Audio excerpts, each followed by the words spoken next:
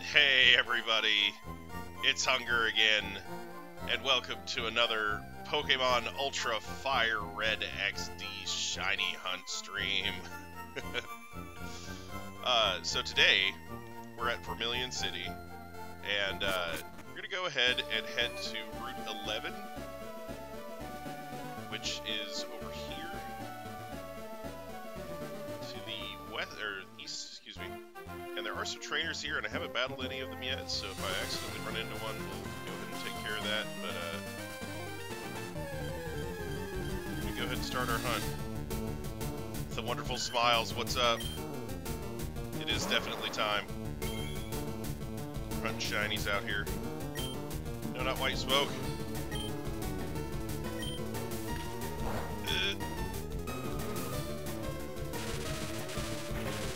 Bop. Oh, hey, we got the para.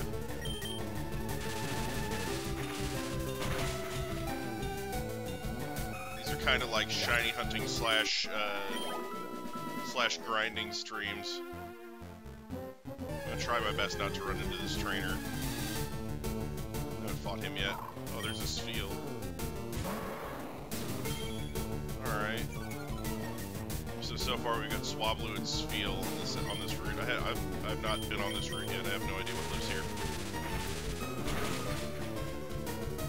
No. Oh no, I've been encored. How will I beat him if I've been encored into an electric move that does damage to it? It's terrible. Like that. Alright. Moving right along. Yes, gain that level. Do it. Oh, got Marini out here? That would be a cool shiny to pick up, huh? Mic could be a bit louder. Alright, let me, is that better? Sorry, it might be a bit far away from my face there.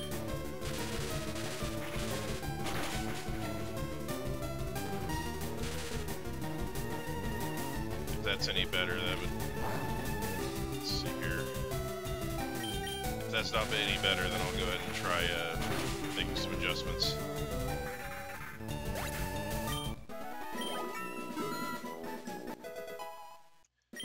Hey, that level 15 though.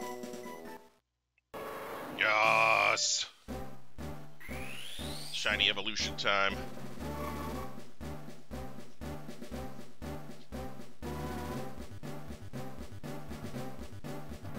Alright.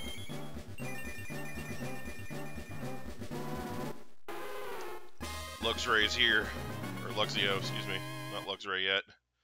I want it to be a Luxray. Definitely do. Not gonna lie. Alright. Okay, we got Rockruff living out here. Pretty much just looking for anything that lives out here. There's increased shiny rates here, so I'm not necessarily hunting any specific. Sure, there are going to be certain shinies that I'd be more excited over than others, but I ran into a shiny Rockruff that was owned by a trainer in the last video from this series, so if I get a shiny Rockruff here, that would be kind of redemption there.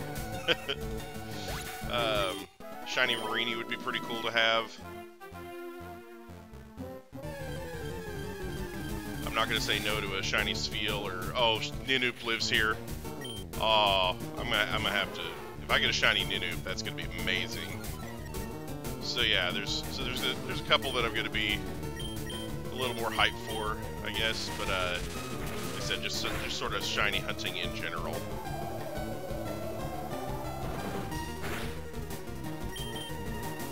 I get a shiny Nooper. God, Ninoop hits like a truck.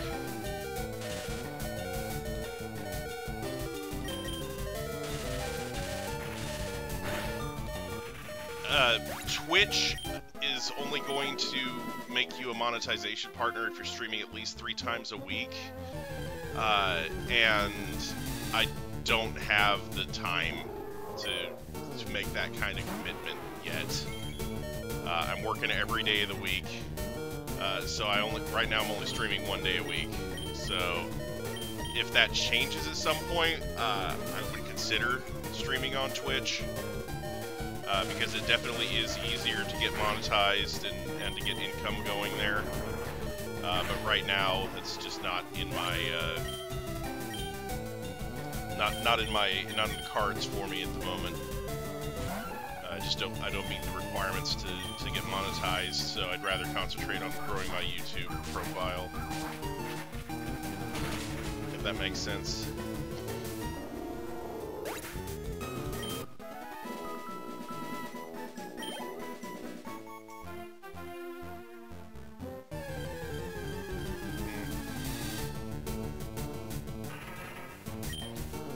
Man, so we get Solrock and Lunatone living out here.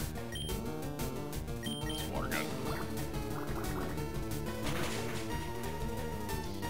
But yeah, and a lot of people that are YouTubers, yeah. Also, a lot of people that are YouTubers that do Twitch as well don't realize that YouTube has tuned their algorithm so that if you stream on YouTube, it drags more traffic to your channel. You know, it shows your videos to more people, gets you hopefully more clicks. You know, so it's one of those things, because I noticed right after I started streaming, there was this uptick in the number of new subscribers and new viewers I was getting. Because when I first started YouTube, I wasn't streaming at all. I was kind of scared of streaming, so yeah, streaming on YouTube is built into YouTube's algorithm. So again, if you're trying to grow your YouTube platform, then you know, it's one of those things where streaming helps. You know, there's a lot of people that do a lot of streaming on YouTube. You know, I know there are YouTubers out there that like only do streams too. Like that's all they do is they'll do a stream and then you get the stream uploaded afterwards. So yeah, you know, and YouTube actually the reverse is true too. People that do YouTube and Twitch. Yeah, I mean, it's one of those things where, you know, I do what I can to get my name out there, get more traffic on the channel. But yeah, they do the opposite as well. I've heard from several YouTubers whose videos I watch that because they've published videos that basically announce that they're streaming on Twitch. Like, you know, when they put a video up that says, "Hey, I'm getting ready to do a live stream on Twitch," or "I'm streaming live now," and they put the link in the description, YouTube's algorithm will start suppressing their channels. Like, it'll start keeping their videos out of subscribers' inboxes, and you know, generally driving less traffic to their channels. So YouTube actually is punishing people who stream on Twitch if they don't follow all of the rules and, you know, not use YouTube as a way of notifying people that they're going to be streaming. So yeah. But, you know, not to say that I won't ever do Twitch. I did create a Twitch profile, and you know, and I may end up doing something with that at some point. But for now, you know, yeah, exactly. YouTube is desperately trying to compete with Twitch. They're actually rolling out. Not all YouTubers have this yet, but it's technically in beta. But they're actually rolling out a program that's similar to Twitch subscriptions. I think it's called the Supporter Program, where you can become a YouTube supporter, and you know, it's basically the same as getting a Twitch subscription where you're paying $4.99 to support somebody for a month. But like I said, so YouTube is definitely trying to compete with Twitch. It's like, but it seems like every time YouTube does little things like that, Twitch responds by upping their game. Like Twitch just released that deal that lets you donate subscriptions to other people. So I saw Mr. Beast was using that in a video where he was donating to Twitch streamers, and when they didn't think that his donations were real, he would sit there and donate subs to everybody who was watching in the chat. You know, so and the subs are non-refundable, so that made the people go, oh, this is real. You know, not much. This is my second Ninoop that I've run into, and it hits like a freight train. We're talking about streaming on Twitch versus streaming on YouTube. You know.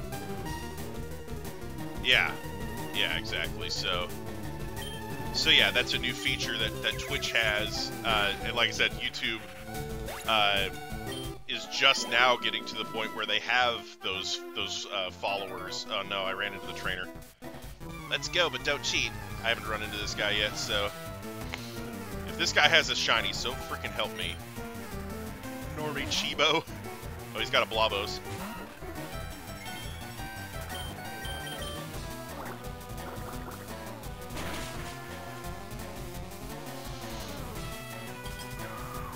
Yeah, that's good.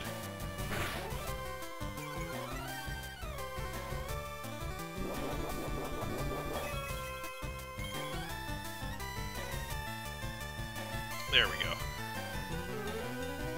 All right.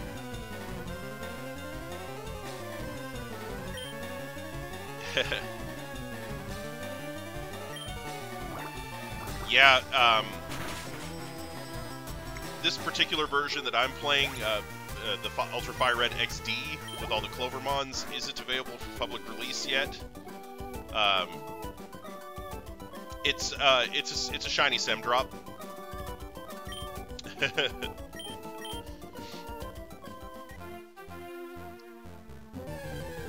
So yeah, it will eventually evolve. Oh, that is a Sandygast.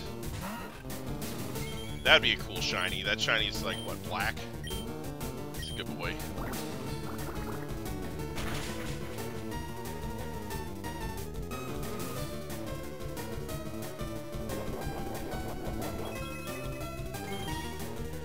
But yeah, there will be a improved version of this that's available to the public for download eventually. So I know a lot of people have been watching my videos and streams of this and been wanting to play it, and as soon as we have a public release, a version ready for public release, I will put up an announcement video and get everybody the link that they've been dying for.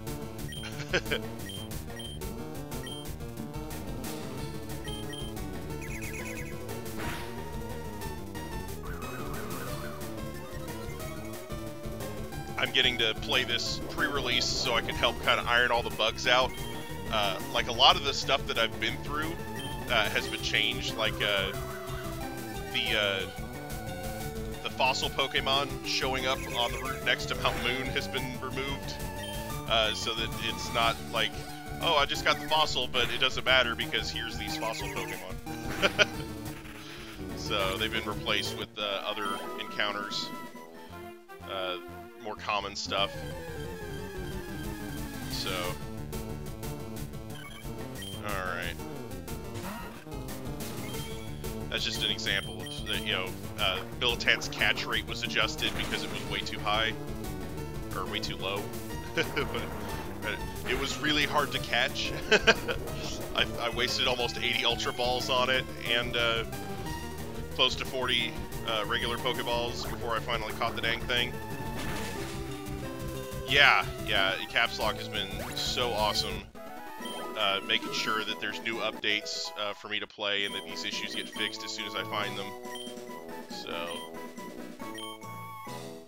but yeah, as soon as we have a finished version of it, we'll make it available to the public. And then Camerupt is working on a different version of it that's going to have properly implemented megas. Because there are megas in this version, but they just permanently stay mega after level 50, is what it is. So, yeah, so that's one of the things we're trying to avoid. I've encountered a few bugs here and there, nothing game breaking, but, yeah.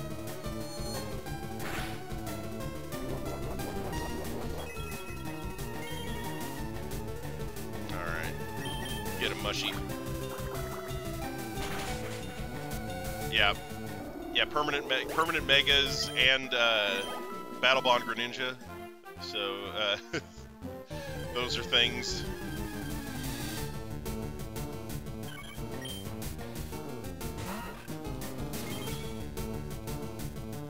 By this weekend, that would be amazing. Yeah, like I said, if you get it done and you're ready to go public with it, just let me know and I'll put the word out. Let everybody know that they can pick this thing up and play it, because I know there's been interest. There's been a lot of people leaving comments on videos, and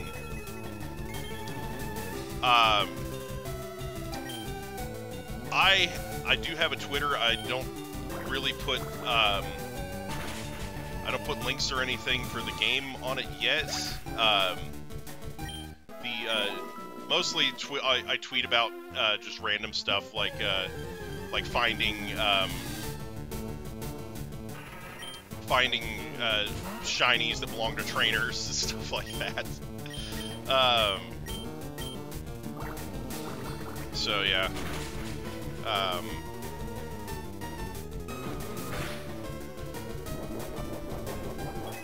But yeah, normally when a new version comes out, since it's still in pre-release, I just mentioned that it's a new version from last time when I start playing or streaming or recording, so that people know that it's not the same version that had whatever bugs or issues that were there last time. This one isn't necessarily like a bug fix so much as it is just adding new stuff in. So I kinda low-key want to give this thing a bunch of rare candies. There was a video not too long ago where I picked up like 16 rare candies out of a trash can. So I've got like 17 of them. And I was thinking, well, maybe once I get Mushy up to a certain point, I can go ahead and feed him all those rare candies and see if we can get it evolved. Oh no, levitate.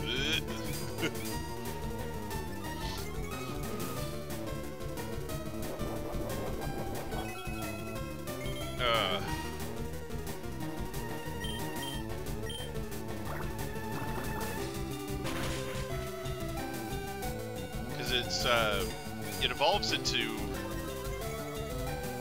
some rust at 40, right?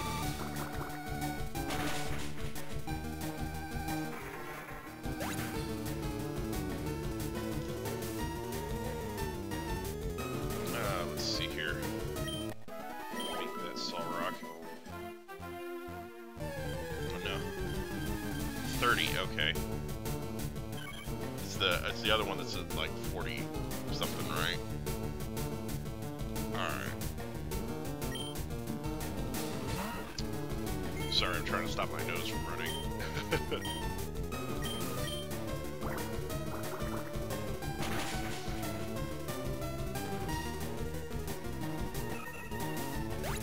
Yeah. That's what I thought. So maybe I'll wait until I get to about 27 or so, and then go in on rare candies. Because I can easily get to 27 or so just by grinding. I'm gonna run out of water guns here pretty soon. Oh no, it's got water absorb help. That's not the same thing as... That's not the same thing as water compaction help.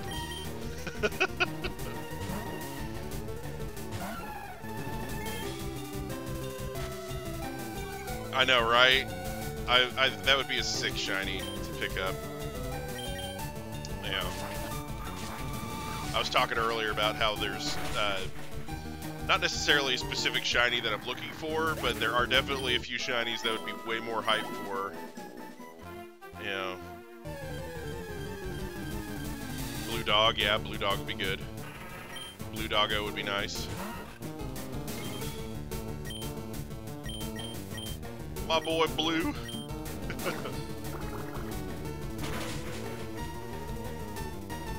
Oh no. It survived. Oh yeah, I have lefties. This thing is going to become so ridiculously hard to get rid of.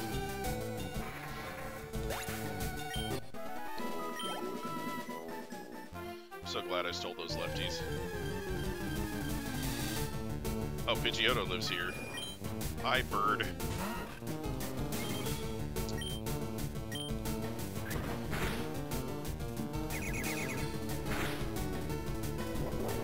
It's the first time seeing Pidgeotto here.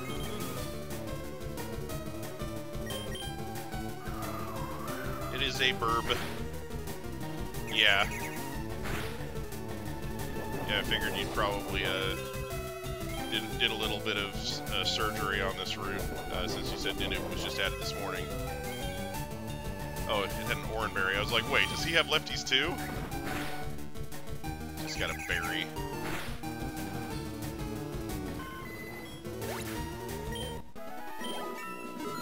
Boom.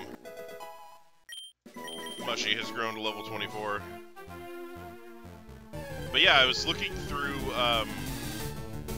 looking at pickup weight. Oh, for a second I thought that was shiny. But I was looking at pickup on Bulbapedia, and no, it's got water absorb. Crap. Anyway, I was looking at pickup on Bulbapedia, and Persian doesn't normally get it. So whoever put this together originally set it up to where Persian would keep pickup after evolving. Apparently they're a big fan of that ability.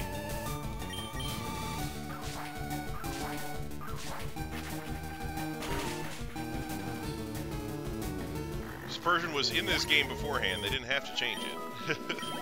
But they made changes to Persian. So... Alright. Man, level 31. Oh no. Get him, Mushy.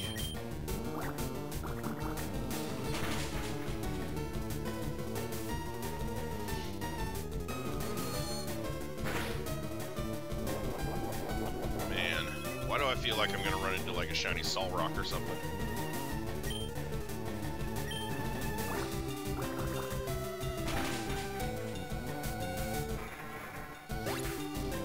It seems like I run into Solrock and Lunatone in pairs. Like, I'll run into a Solrock, and then the next thing I run into will be Lunatone, or vice versa. Or just two Solrocks, why not? Oh, you kept... okay, so you were the one who put pickup on Persian. Okay. Alright. I need to restore my health! Okay, doggo. Alright. Yeah, I knew it wasn't... I was pretty sure it wasn't supposed to be there, and then I checked it, and... Oh yeah, let me... You changed the descriptions on some of these stones, so I'll go ahead and show those off real quick. Firestone. Evolution item, check this one out. Shit's fire, yo. Evolution item, the one you remember Pikachu doesn't want to use to evolve in the anime. Evolution item, if you skip them across the pond, they'll hit the other side. Evolution item, an ordinary rock with a leaf pattern on it. Nothing to see here. Move on, you looky-loos. Nothing to see here. Alright, Sunstone. Looks like a baby Solrock. Wait a second. Is that what these are? Moonstone. Can you believe this rock came from outer space? How crazy is that? Repel. A peck of Poke Pepper Spray repels for 100 steps. So there you go. Move along, you looky loose. Nothing to see here.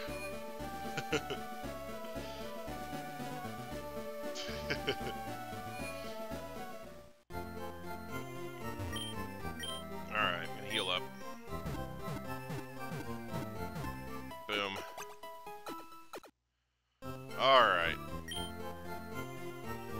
Let's grab a shiny.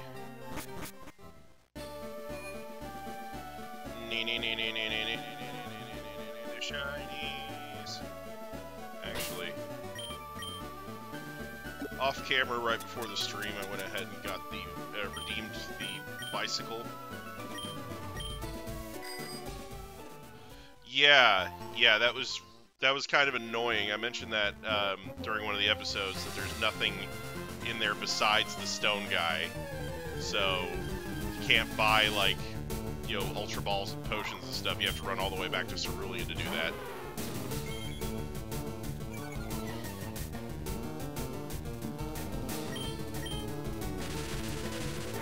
Bop.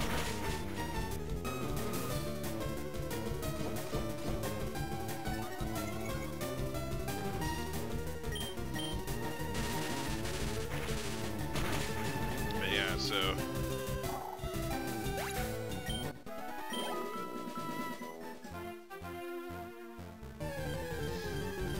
Okay, here we go. Yeah. Oh, Shiny Marini! Yes! Okay. Let's get her, boys. Alright. Shiny's here. Crud. Alright, don't KO it.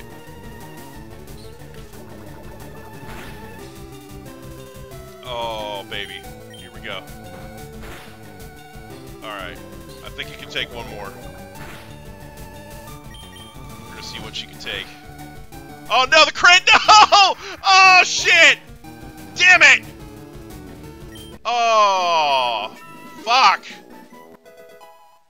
Jesus shit. Oh...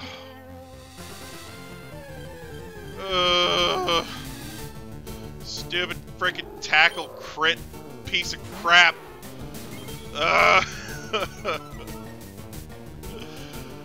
Oh, that was a good shiny too. Oh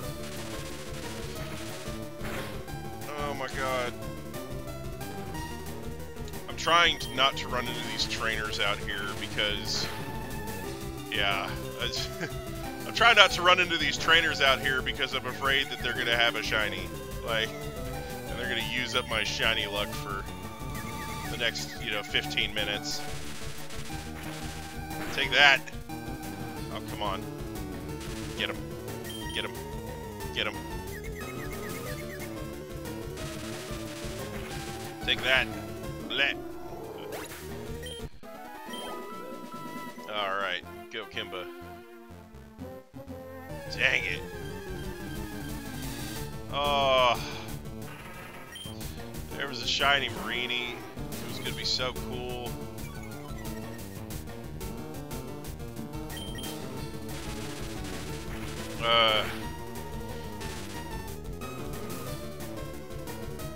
Just out there eating Corsolas and stuff.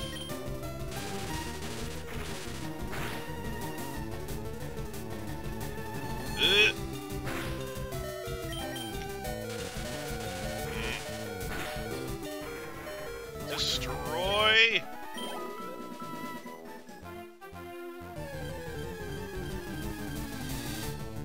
Oh, hey, Spank lives here. That'd be a cool shiny to run into. Get him, Kimba. Right. That was so much booty. Alright. Destroy.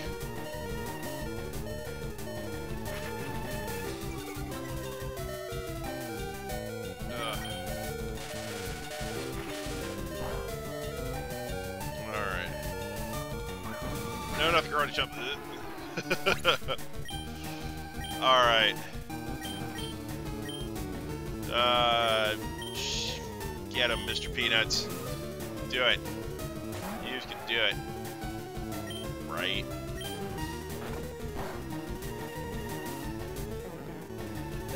Alright.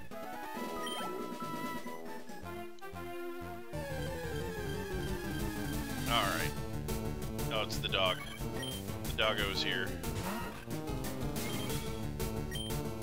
I'm gonna use Mud Shot on it. Okay. Omi Pow World. Hi. Hope I pronounced that correctly.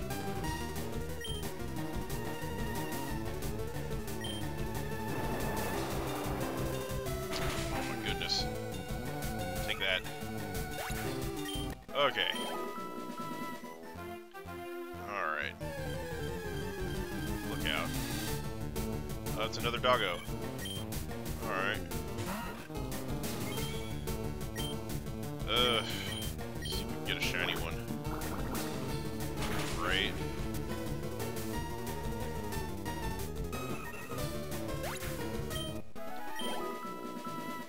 Alright. Rested pepperonis. Oh, Absol lives here. That would be a cool shiny to run into.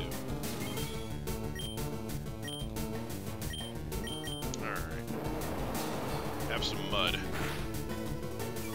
Oh my gosh, that did 0. Help. No, I can only use attacking moves on it. What am I going to do with this move pool full of attacking moves when I'm taunted?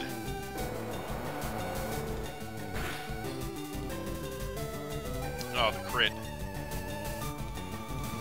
Alright. No, that's Growlithe's job. To freaking roar me out as soon as I can find it.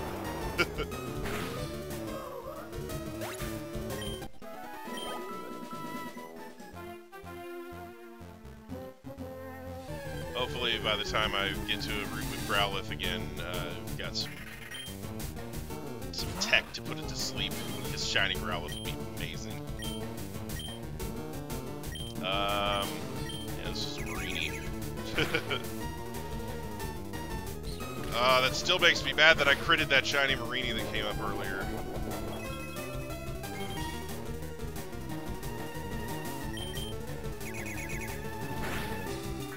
Alright. Get him, Mushy. I know. It's the one that got away. I mean, maybe I'll run into another one. Yeah, it happened last week. You know, had one of the rarest encounters on the route. Ran into it twice in a row with shiny. I ran into a total of 4 Skarmories that stream, and 2 of them were shiny.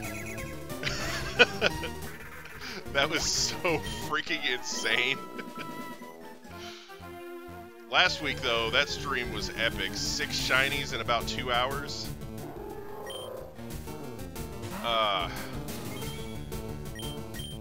So far, we're not doing great as far as trying to beat that record. Still levitate. I keep thinking, oh, it's a rock type. I'll Mud Shot it. And it's like, nah, nah. I'm just out here levitating. And I'm like, ah, oh, curse you, moon.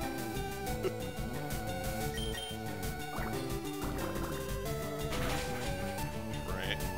Destroy him. Hey, we're shooting the moon out here. Got it. Nice powerful level up. Oh, that's a Spiel again. This is one of those shinies that I'm sort of indifferent to. It's like, yeah, shiny Spiel pops up. It's like, neat. You know. Not like lose my mind or anything.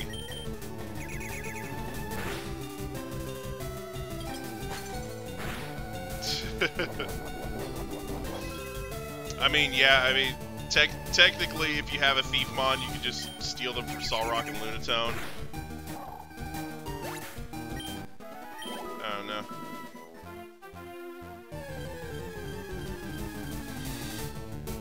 I don't have any particular reason to steal them right now, but, you know. If I needed them, I would know to come back here and do that. Bop.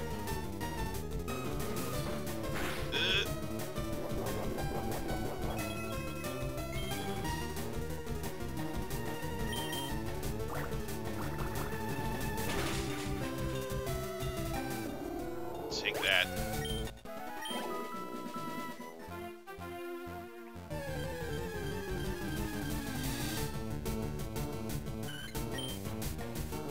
Alright. And swift attack. This one's got another one of those shinies that I wouldn't just be like losing my mind over. You know, it's still a cool shiny, don't get me wrong.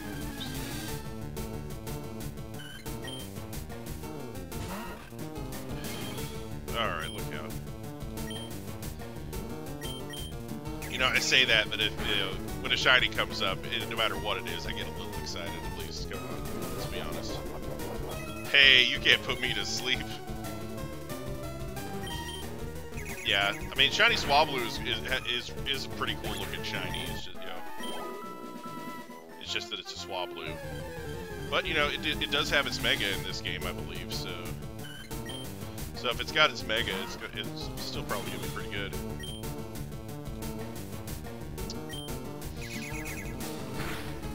Of course, it doesn't. If there's no fairy types, I don't know if they have its Mega available.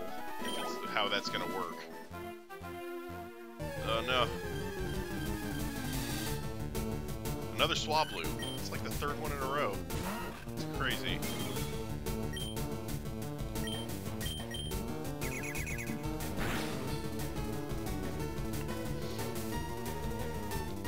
It seems like if they went through all the trouble to remove fairies, to remove all the fairy-type Pokemon or Pokemon that become fairies later from the game, then why would you go ahead and have a Mega Altaria in there?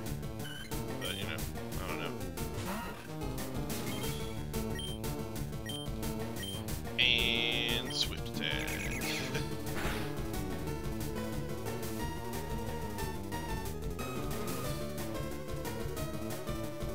Yeah. Yeah, they would have had to change the typing if they're not going to have fairies in there.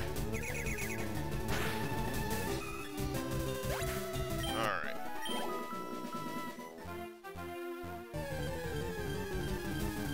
I kind of liked that they changed it to something, you know, besides dragon flying, because there's a lot of dragon flying Pokemon that made it a little different. Alright, I'm just going to assume this thing has water absorb and run from it. I know they don't always carry water absorb, but they carry it enough that it's annoying.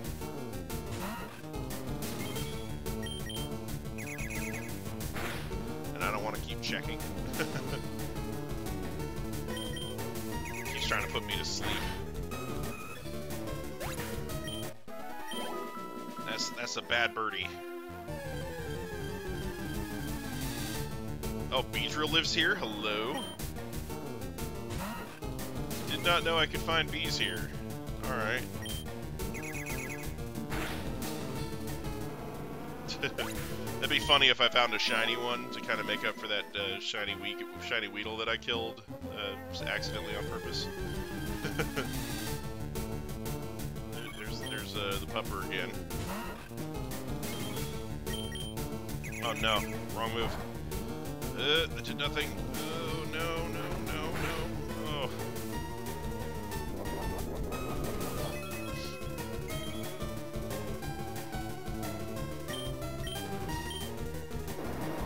Yeah, have some mud shot. Shoot that goo all over you. Oh, look out. Almost ready to level up again. Moon!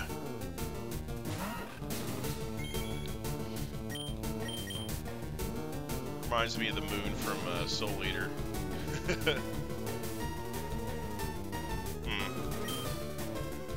What have you realized?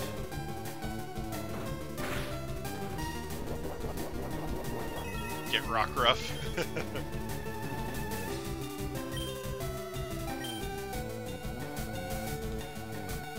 What?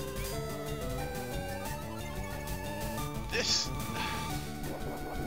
profit.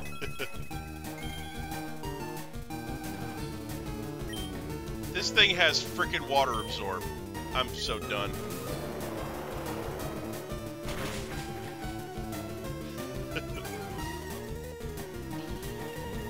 I'm out here trying to conserve power points, and this thing's like, nah, let me just soak up that water attack real quick. I see. Oh.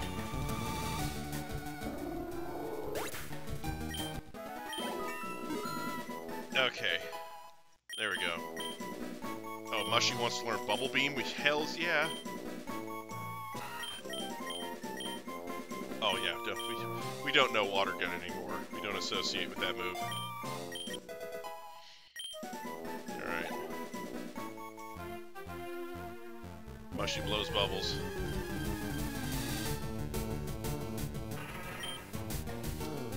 Oh, look out.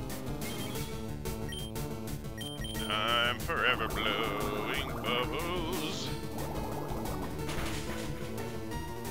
Hey. That takes care of that. Alright. Hey, that's a sandy gas. And I'm running. Alright.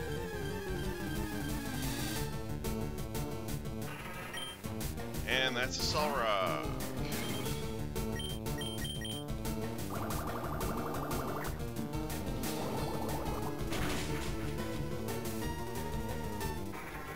Alright.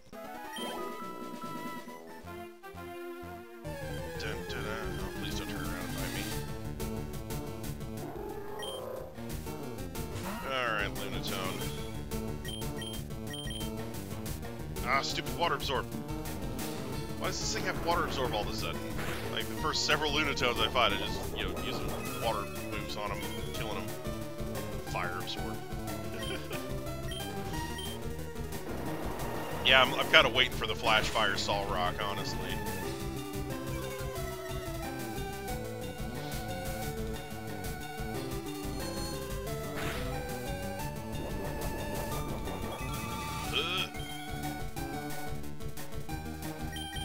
Because the moon is known for its ability to soak up water.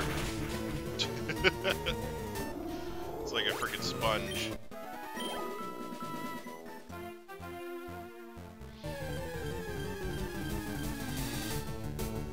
Hey, that Absol. Okay. Sorry about the sniffles there.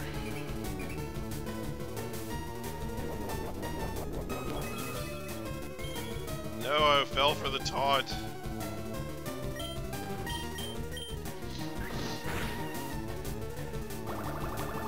I mean, normally those things only have levitate, so. Captain Rumia, how's it going? Yeah. Like I said, normally they only have levitate, they don't have a secondary, but, you know. Oh no, there's no power points left. Yes, it is! I caught that. Was that last week's stream that I caught the shiny stem drop? I think it was. Mushy is the boy.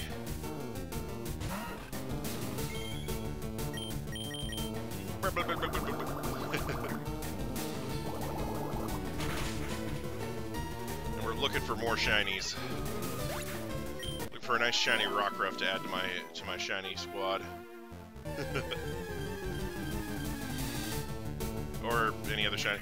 Ran into a shiny Marini earlier and accidentally critted it to death. It was awful. Oh,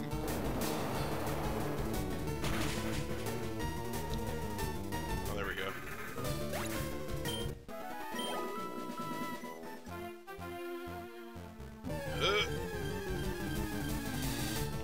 Oh, shiny Lunatone! What is going on? Woo! Okay.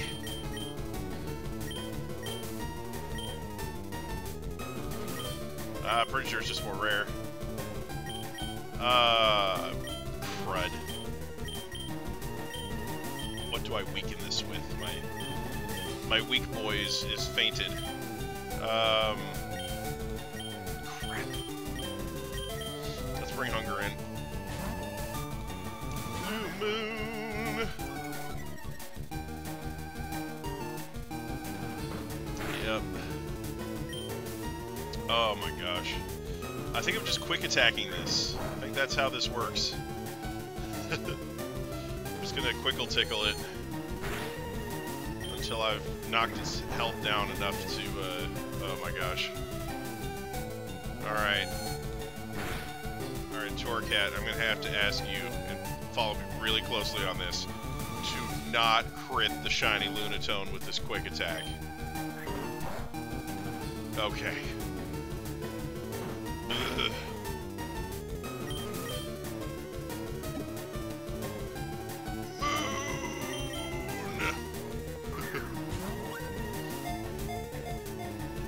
Oh, God.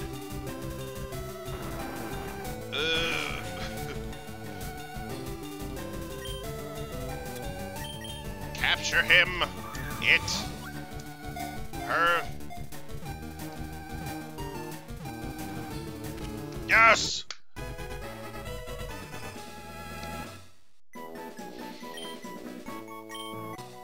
Yes, yes, yes! Its health ebbs and flows with the lunar cycle. It brims with power when exposed to the light of the full moon. Yes!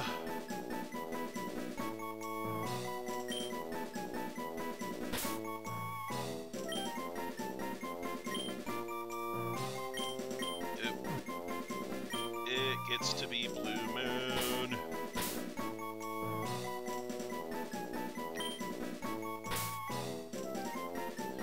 Sorry about mooning everybody on stream.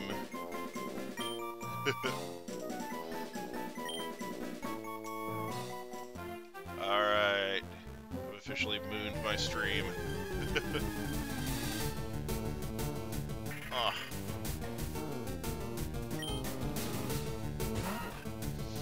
Then Marini shows up to remind me that I didn't catch it.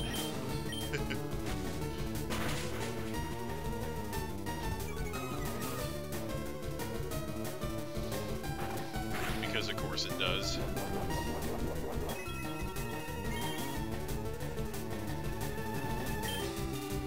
Can't possibly get to Marini. You should have given Sailor Moon a loop, so you probably should have, honestly. It's this is a good point, sir.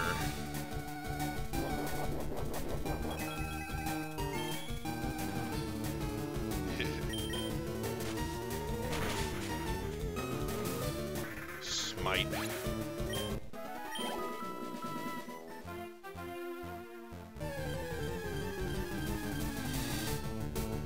And it's Marini again. Just here to taunt me and annoy me and make things generally irritating. Alright. It's almost time. Shiny Lunatone again. That would be somewhat disappointing.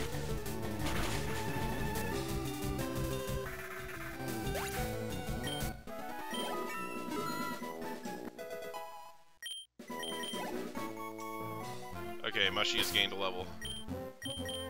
Alright, so in a recent video, I found a whole bunch of rare candies in a garbage can. And now, Mushy is going to get to eat them all.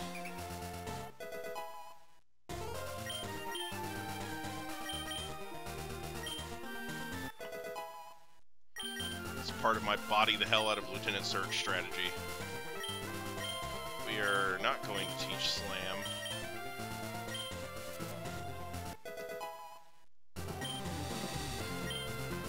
Them stats, though.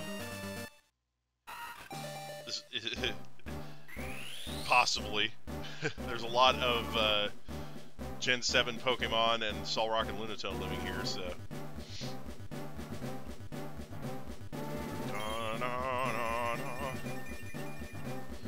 That shiny Semrust, though.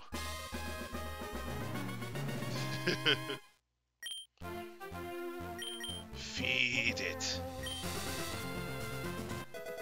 It must feed.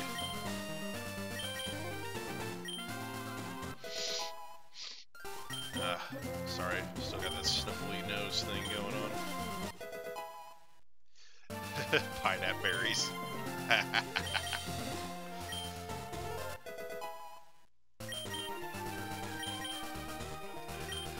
Arise. Acid armor. Oh no. No, I'll go ahead and stick with what I got.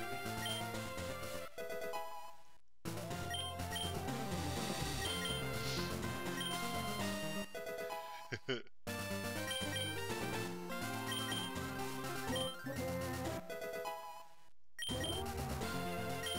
we go. Wants to learn Body Slam. Okay, now that I might have to learn.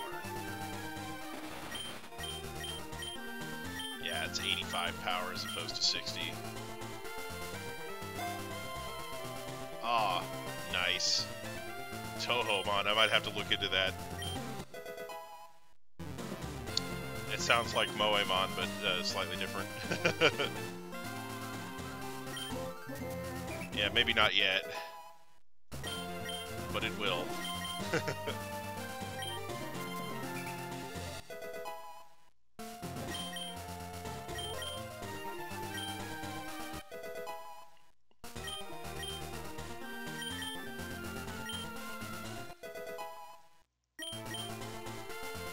Alright, here it comes.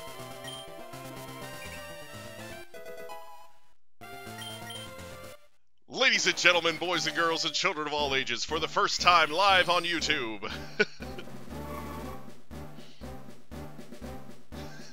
Introducing...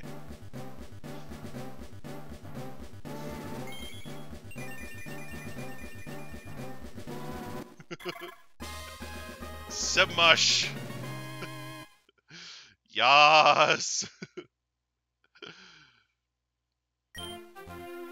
Oh, it needs to learn Leech Seed, huh? Should I learn Leech Seed?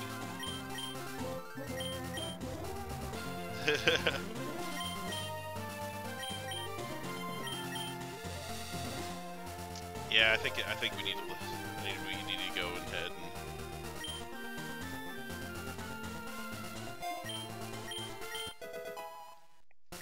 Alright, we got Leech Seed. Oh, it wants to learn Spore. Hello. Oh my gosh, it's actually cancer. We're just gonna get rid of Mudshot.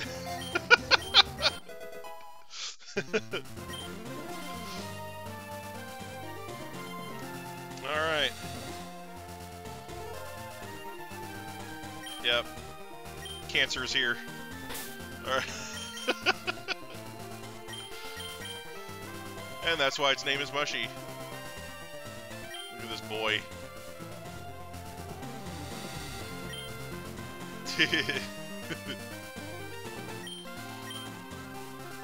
Oh, it's gonna be so much fun. Slowest thing in the game. Awesome. Alright. That means I want Mr. Peanuts up front here.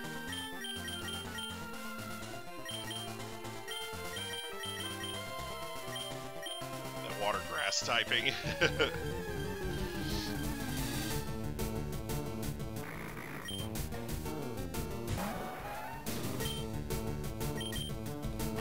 We astonish these. 1 speed per level, nice.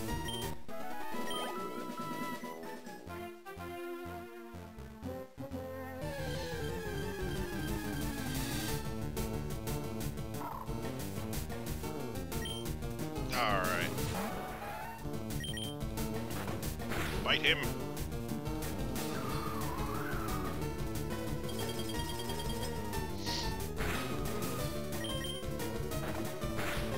Wipe him out.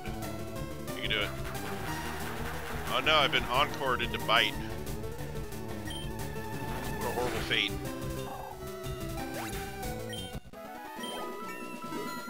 Hey, we're leveling up out here.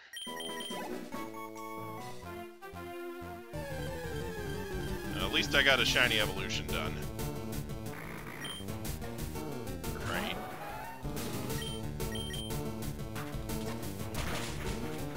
So far this video, we've got 2 shiny evolutions and 2 regular shiny encounters.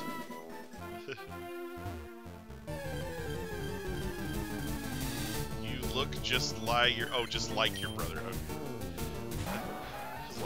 I was like, you look just like your brother. What? I was like, oh, okay.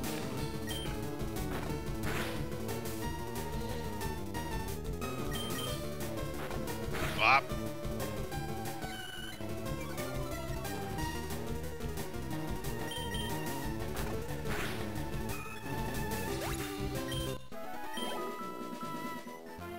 Okay. So we got the mushy stuff out of the way.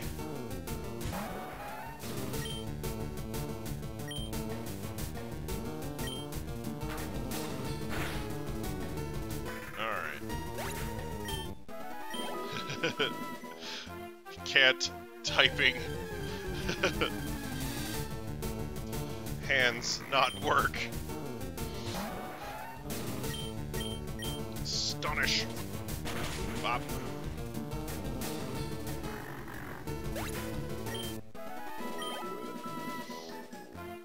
Alright.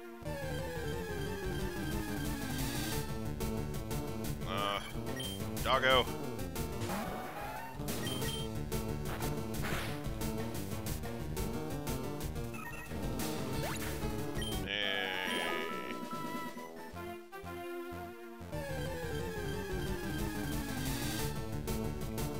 Doggos out here.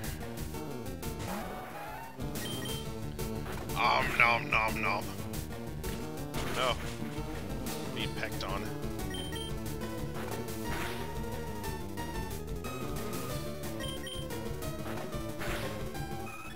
Like that.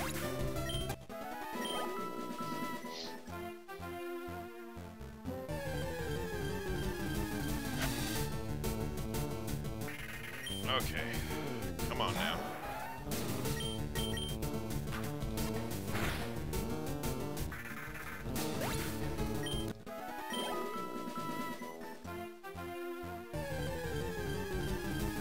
All right.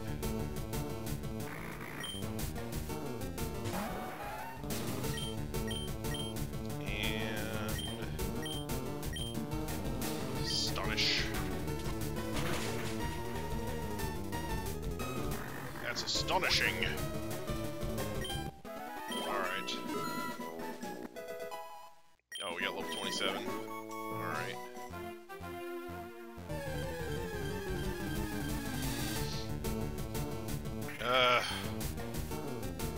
It's just taunting me at this point. It's like, haha, I'm not shiny, and when I was, you blew it.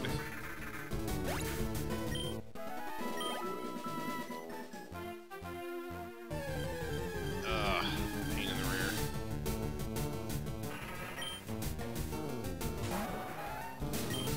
Alright. Right. Shinies are like, oh, I was gonna show up, but everybody was being so marine-y out there.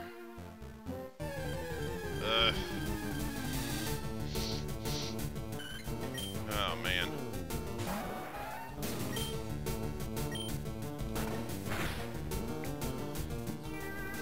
No! No! My consciousness!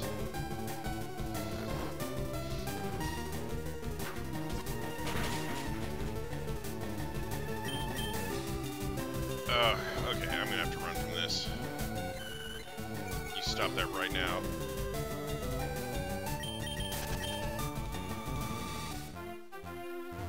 right? Yeah. Shiny Solrock would be kind of the play here. Get up there. Get in there!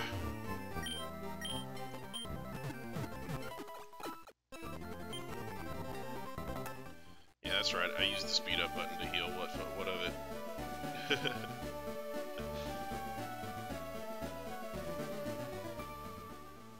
Alright.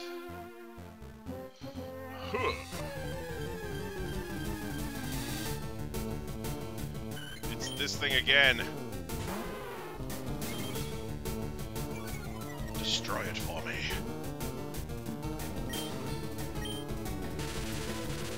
Bop.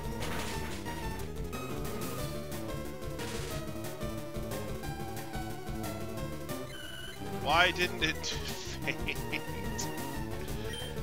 Oh my gosh. Just go away. Stupid Swablu. Alright. Alright, let's go ahead. That's a doggo.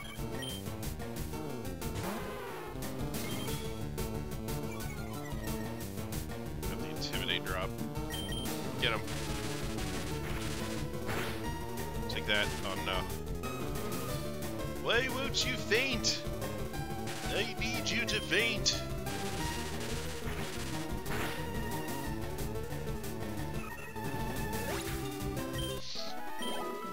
Just faint already.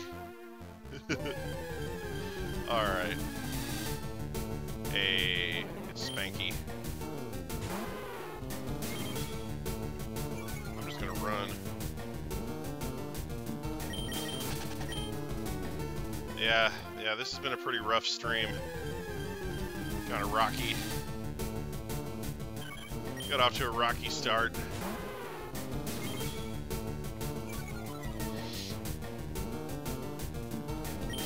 I don't think we're gonna break the record unless something crazy happens. Last week's 6 shinies in 2 hours record, I think, is pretty safe right now.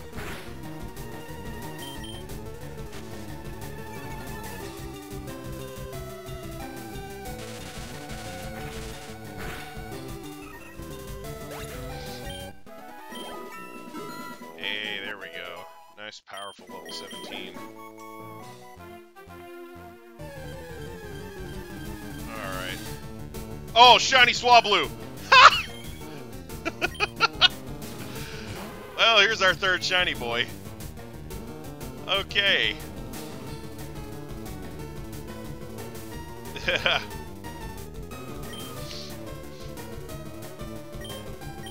Oh, what do I do to this? I feel like it's gonna live whatever I try to do to it, so... Smake. Like smack. Okay. Oh God, I don't want to chance hitting it again. I feel like if I hit it again, it's just gonna die. So.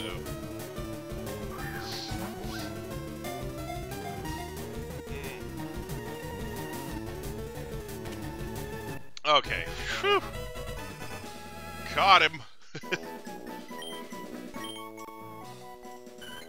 It constantly grooms its cotton-like wings. It takes a shower to clean itself and becomes dirty. Alright. Nickname to the captured Swablu. Alright.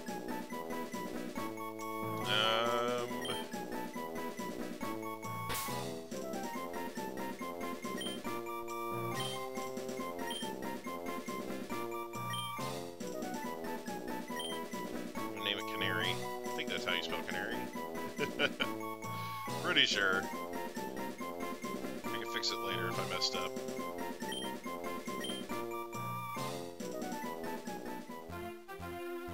Alright, combination Canary and Q-Tip is now mine. Alright.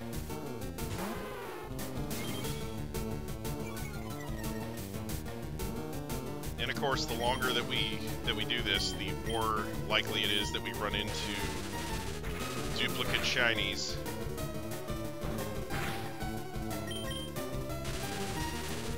Canary.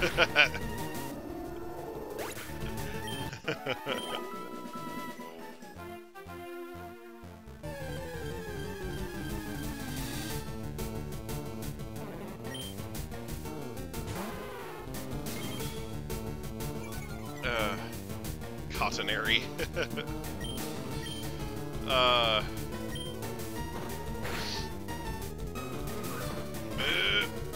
Ballonatone. that one's actually pretty good.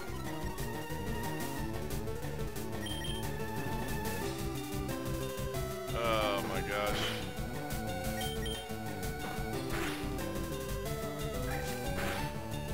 Alright. I should just run. I didn't want to fight this thing. What am I doing with my life? Alright. I'm out there furiously beating a snake.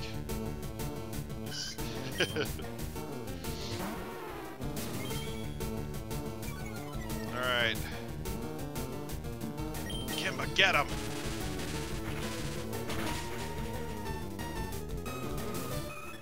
Alright. So we found 3 shinies so far. That's pretty good. That at least gets to the average. And you know, there's still a chance to run into more. Get pimp slapped on.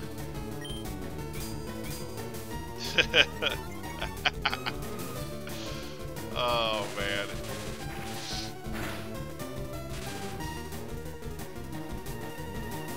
Alright. I like how often he gets the para off of those charge, the spark tackles, whatever you want to call them. Oh no, the crit! Oh no! Kimba, no!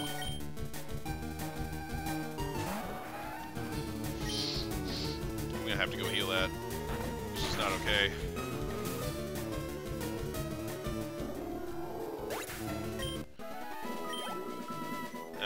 I'll wait. I don't want to run into that trainer. It's gonna make me fight something stupid, I know it. Nom nom. Oh no, he bit me back. Alright. Come on, YouTube. I may need to get a new router. My internet is supposed to be like super ridiculously ultra mega fast right now, and it kind of hasn't been. So I may need a new router. Oh. I used theft but did not receive a sunstone. That is unfort. Sorry if anybody's experiencing buffering issues.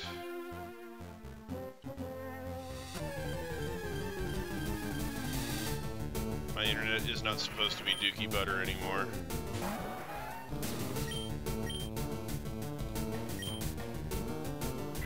Totally had it upgraded.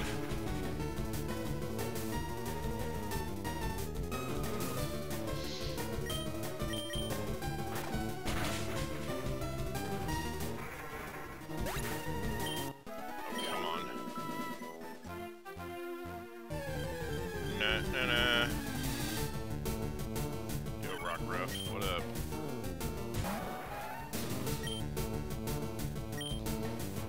And theft. I don't even know if those hold anything. I just sort of did it out of reflex. Take that.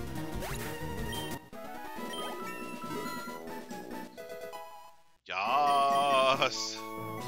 Rapid spin. Oh no. I don't need no stinking rapid spin. Right.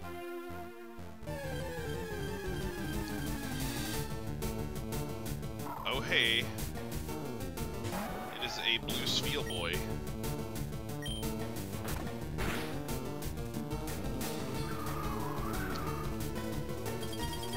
Oh, come on now.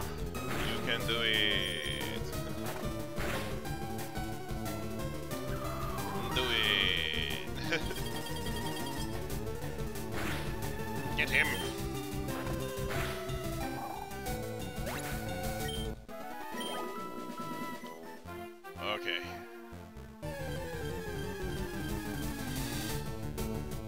that's a Marini.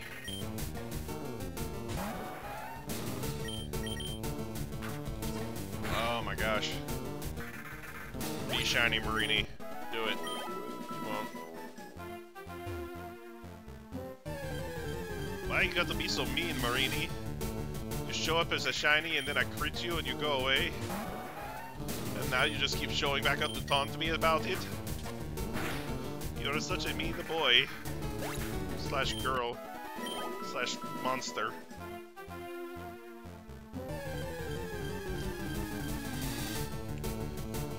Come on. Not interested in any of these regular doggos right now. I'd like a blue one, please.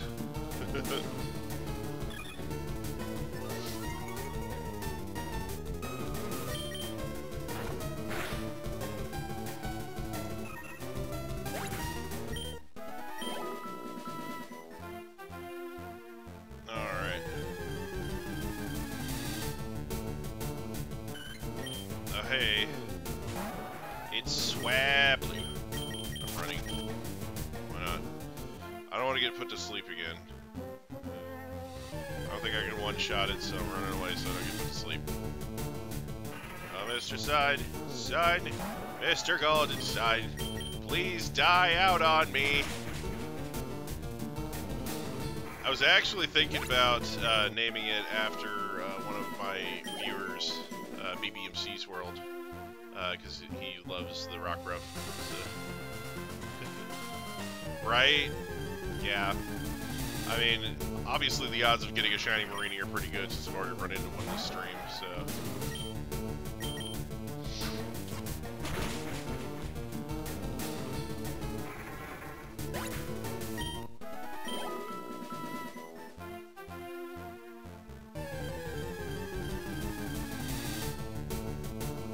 Nope, just regular doggo.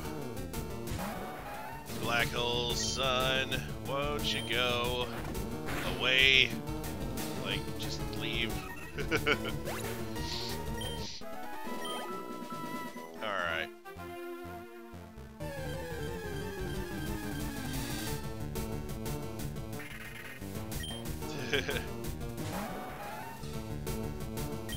Alright. Let's kill the stuffing out of it.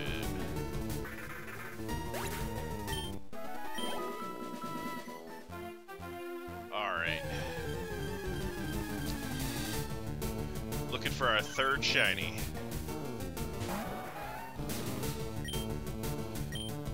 So far this stream we've run into 3 shinies. A Marini that we accidentally knocked out. A Swablu, and a Lunatone. Not in that order.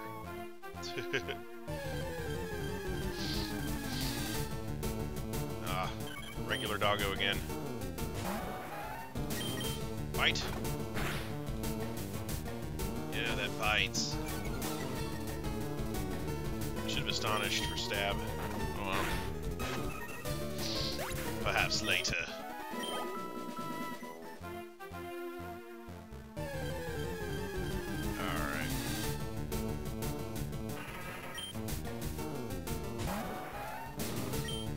Destroy him!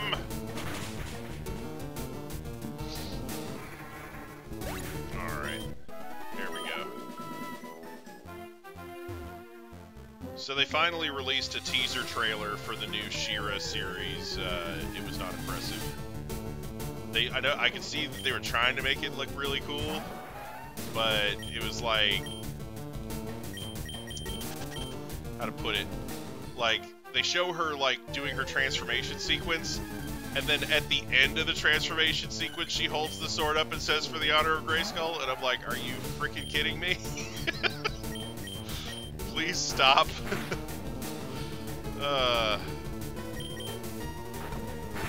So yeah, I don't know. I saw it on YouTube last night, if anybody wants to check that out. Yeah.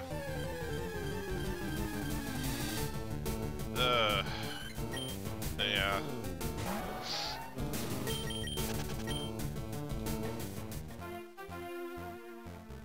Yeah, was it depressed?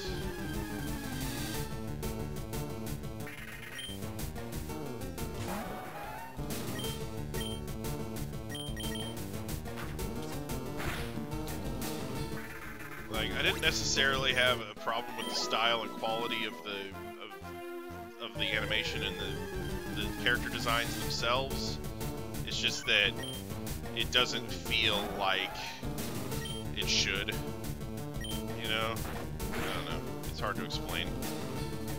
Like, they made Adora, like, Superman-ish. I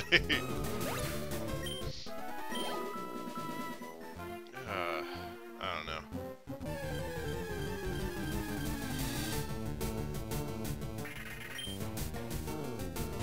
I hope I'm wrong. I hope that the series comes out and it ends up being amazing, but, you know. From what I've seen, it doesn't look that great. You know, if the series does do well at all, it's going to be on the strength of its plot and not on the completely butch-looking She-Ra.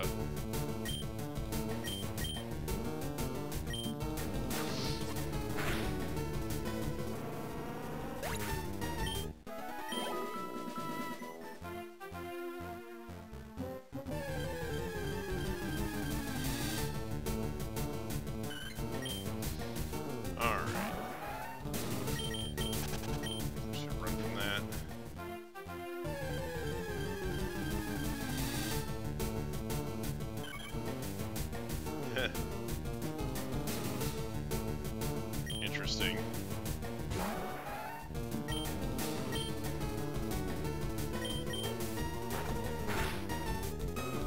And that was the other thing that kind of, like, is in the trailer. It shows her, like, being called by the sword. She, like, finds it in the woods somewhere. And it's like, how does that work? You know? You just randomly find an enchanted sword of power in the woods. I don't know. It's like, well, we didn't have He-Man to deliver it to you, so we're just gonna throw it through a portal and have it land in the forest somewhere. Yeah. I don't know. Bob.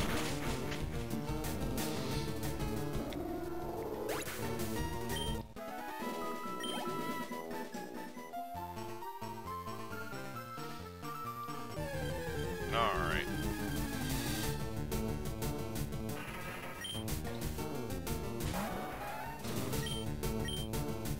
And astonish.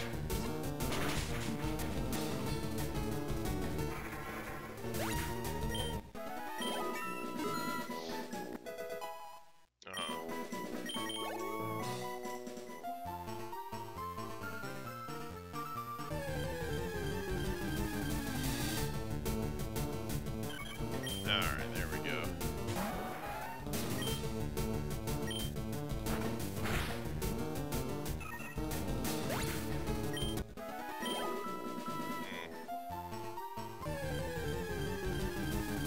Alright.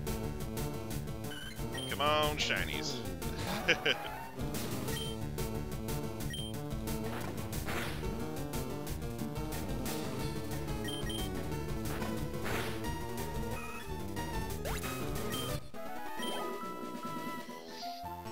Apologize again to anybody who's experiencing buffering issues.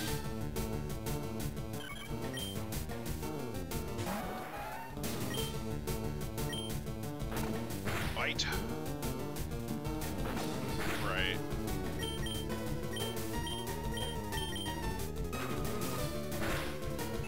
Bop. Alright.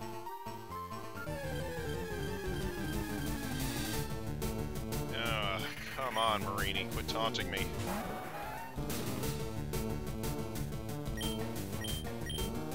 Astonish!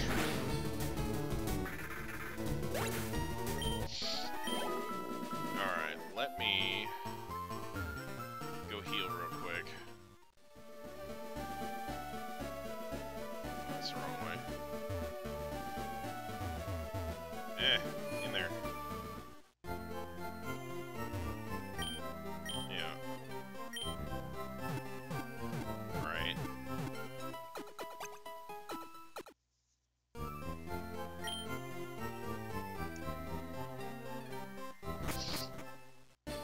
Three jokers. Alright.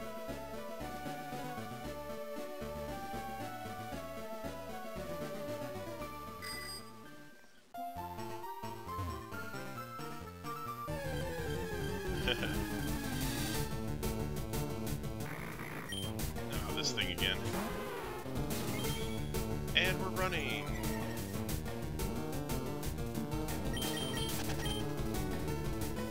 Nope. Alright. No snap.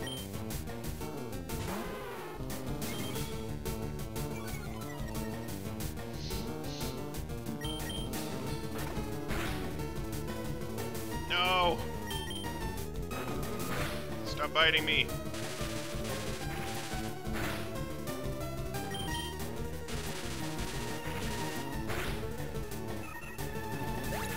Stupid pupper.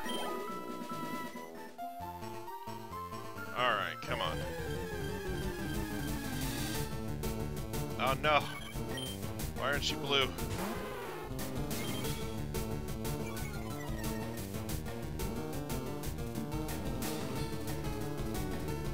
Joker doesn't play with full deck. Yas. Why so serious?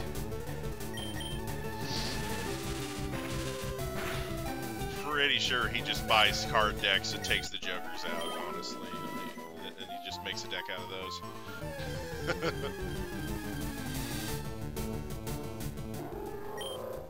Oh, come on. It's the Moonlight Special.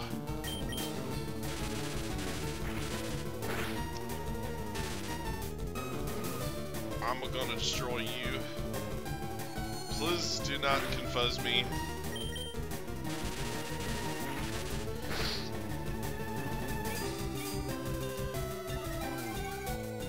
I need my special Kimba powers to work. Oh god. I don't want to see the bat thing.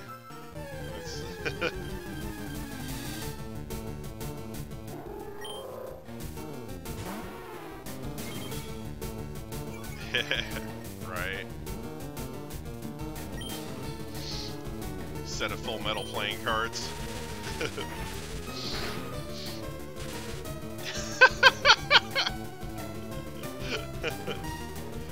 Oh man.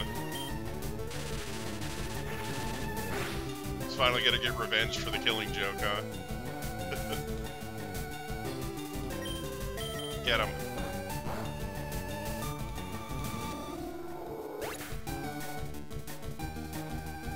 Right.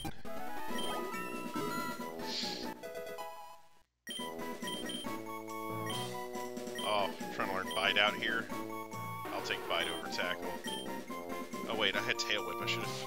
I should have gotten rid of Tail Whip. Dang it! I regret. I have regrets now. That is a Sandy Gas. Oh, but I have something to deal with you now. That coverage, though. Take that. Feel this power.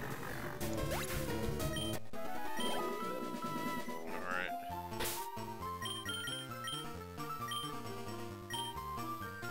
Yeah, we did. We totally watched that.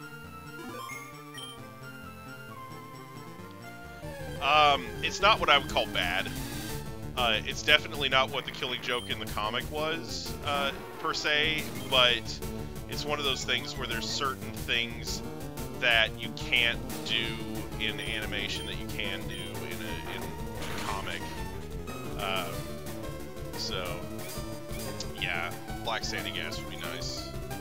That nice, powerful Sandy. So yeah, I don't think that the Killing Joke was necessarily bad. I think that maybe some of the people who had read the comic version might have been slightly disappointed with it, but that doesn't necessarily mean it's bad.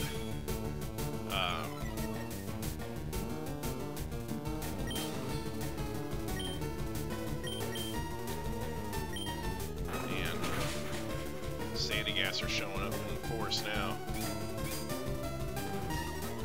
Come on. Get him. That XP, though.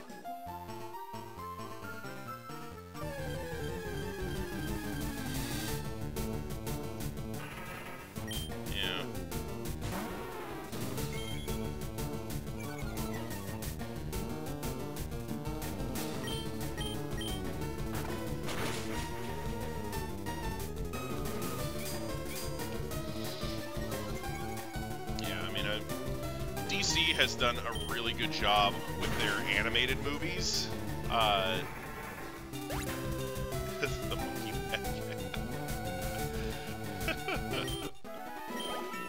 But yeah, DC has done really good with their animated movies. But their live-action movies have just been very, very miss and hit.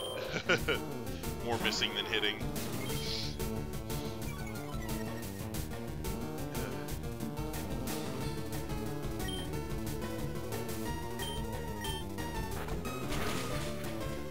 We're out here biting stuff.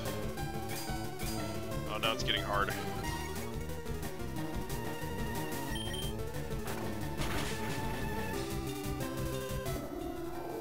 I bit it, but it only made it hard.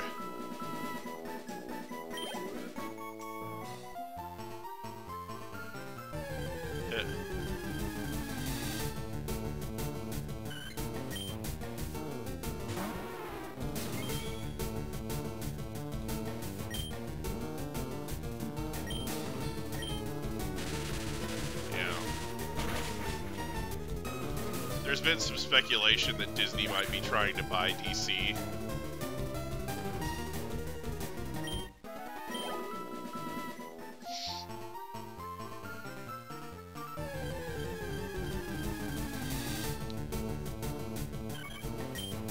You know, I think it'd be amazing if Disney did end up buying DC and putting all the superheroes in one spot. You know, because then you wouldn't have to jump through hoops to get all these superhero crossover stories done.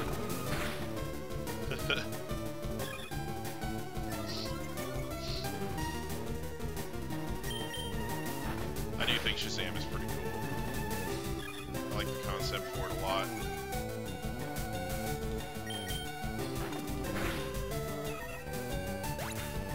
I don't know how a live-action movie for that's going to look, but, you know. I feel like if they did a live-action movie for Shazam, they would ruin it by having, like, some sort of, like, angsty teenager played by a 20-something. You know what I mean? Like, because that seems to be, like, the thing in Hollywood is, like, nobody wants to work with kids, so they always age up the characters. And I don't think Shazam works that way. So, I don't know.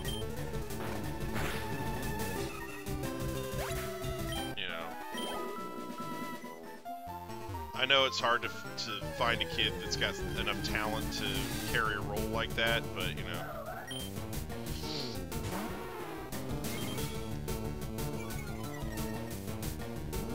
Right, yeah.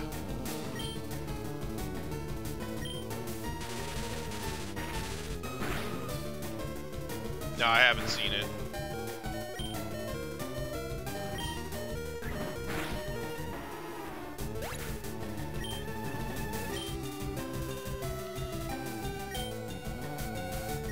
Did not realize there was already a trailer up for it.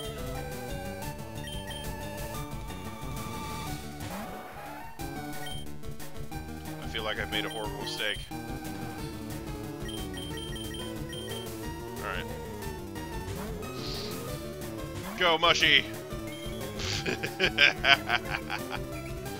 Yes! Get him!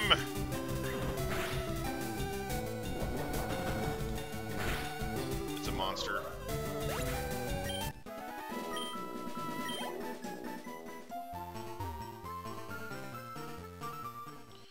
I like my big stupid mush monster.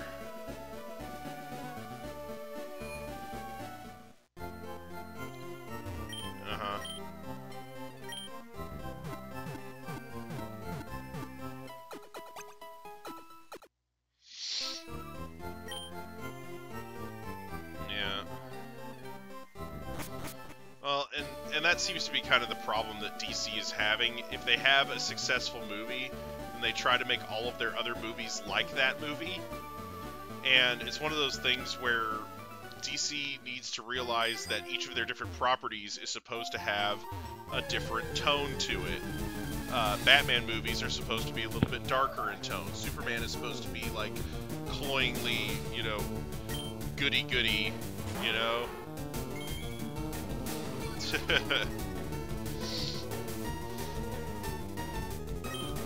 So yeah, I don't know. Hopefully they get it right. But you know, I think I can't remember who said it now, but I think there was somebody who said that you know, when I go to a Marvel movie, I go thinking maybe this is going to be the bad one, and when I go to a DC movie, I go to a DC movie thinking maybe this is going to be the good one, you know. So, you know. So it's one of those things where there's a completely different level of expectation going on there.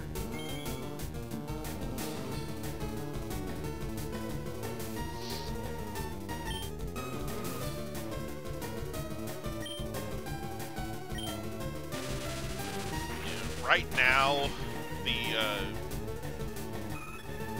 the adaptation that I'm looking forward to most is the Battle Angel movie coming out towards the end of the year now. Like, it was supposed to be out this summer, but they pushed it back. Still looking forward to seeing it, though. The trailer looked amazing. It's the most hype I've ever gotten for an anime to live-action US movie adaptation. It's probably going to be the best anime adaptation since Guyver, honestly.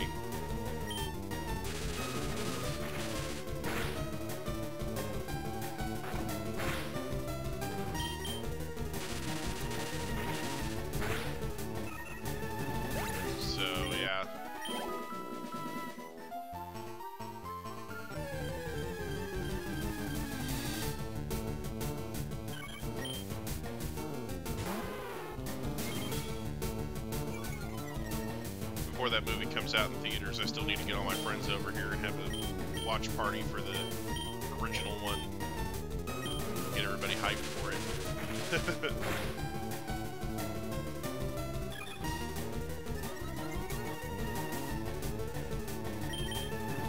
Bop. Take that. Yeah. Guyver's really good.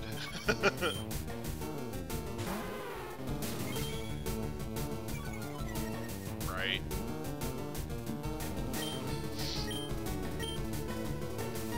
Yeah, DC does have a lot of knee-jerk reactions going on, you know. And that's the thing, is that a lot of people, after watching what Marvel has done, have tried to set up their own cinematic universes, but the problem is that they don't realize you can't start off a cinematic universe with a crappy movie. And so, like, they'll be like, oh, let's start off our own cinematic universe, and then they'll put a movie out, and then it fails miserably, and they're like, oh, never mind. You know? So, yeah. You need to have a lot of vision, and you definitely need to have a plan laid out before you just go about cobbling together a cinematic universe, you know? It's not something that Marvel just did overnight, you know? Yeah. Yeah, DC works best when they're stealing somebody else's thing.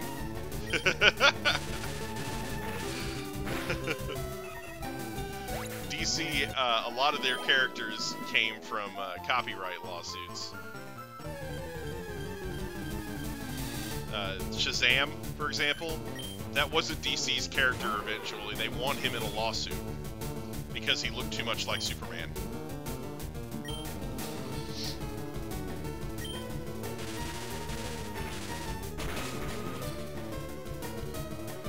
They basically got out there in a court, and they said, "Oh, look at him! He looks like Superman, and he's got a cape. So that means that means he's ours." And you know, and the court agreed. You know.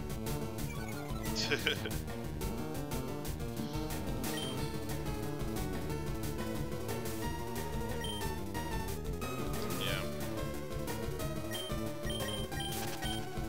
Whereas Marvel, when you look at their early stuff, they specifically, a lot of Marvel's earlier characters don't have capes because they wanted to make sure they didn't get sued for being too similar to Superman. So, yeah. So, yeah. Yeah, Marvel has been doing a great job with their movies. The little nods and callbacks and character cameos are really doing a great job of fleshing out the cinematic universe that they're building. Whereas, when you look at DC and what they're doing, they're like, oh, we should have been doing that too. Let's do that yesterday. And they just sort of threw everything into a giant dumpster and set it on fire. You know? So, yeah.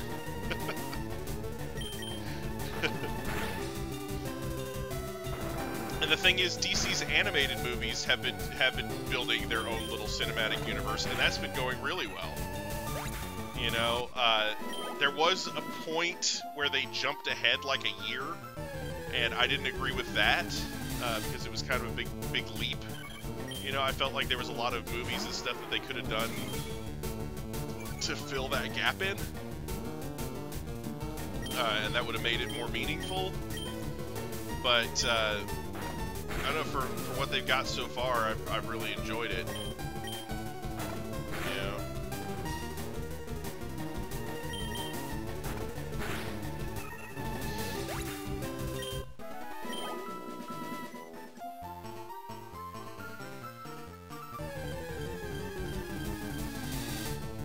Because when they jumped ahead a year, I was watching Justice League Dark, and I was like, oh, this must be not part of that continuity because it's too far ahead. And then the next movie came out, Teen Titans Judas Contract, and that was ahead a year as well. And I was like, oh, maybe they just jumped ahead a year, you know, so... I mean, the thing is, Disney has been a lot of, you know, despite what people, you know, might think about some of the Star Wars movies that Disney's been putting out there, Disney has done a pretty good job with most of the brands that it's picked up, as far as being the custodian of those brands' legacy, and not just completely perverting them, you know? You know, they made a couple of really solid Muppet movies. Yeah, and like I said, I won't say that everything that they've done with their acquired properties has been perfect, because, you know, everybody's going to make mistakes somewhere along the way, but yeah,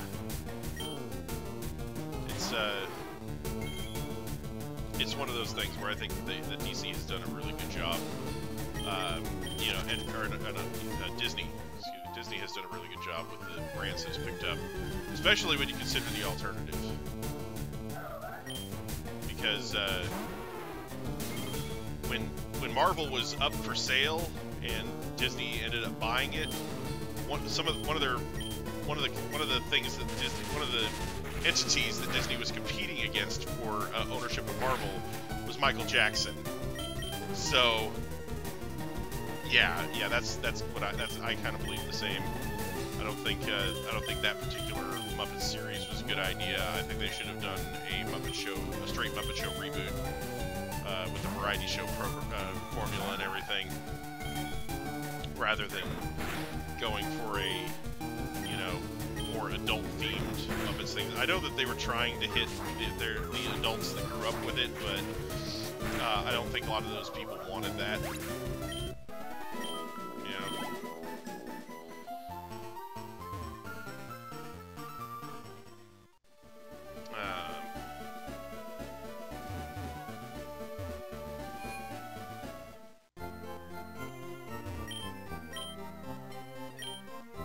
Yeah, I just think that financially Marvel couldn't stay independent as much as they might have wanted to.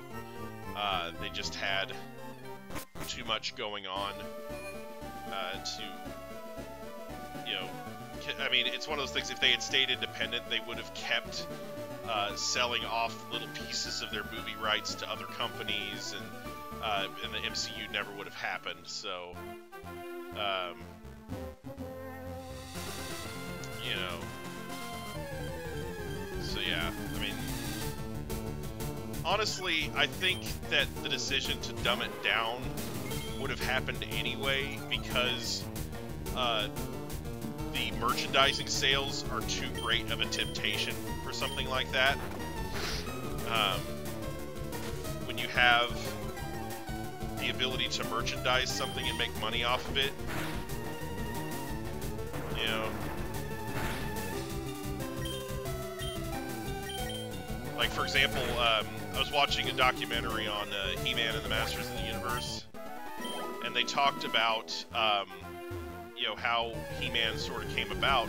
They said that Hasbro was originally interested in merchandising Conan the Barbarian, and they had all these, they had a deal and everything all set up, and they were going to do Conan the Barbarian action figures, and then the MPAA rating for the movie came out, and it was an R-rated movie, and they're like, oh, well, we can't have action figures targeted towards kids for an R-rated movie, so they had to back out of the deal. And, you know, there was all kinds of salt on the other end, and Hasbro was like, hey, you know, we went into this thinking that this was going to be something we can market to kids. You know, we didn't sign up for an R-rated,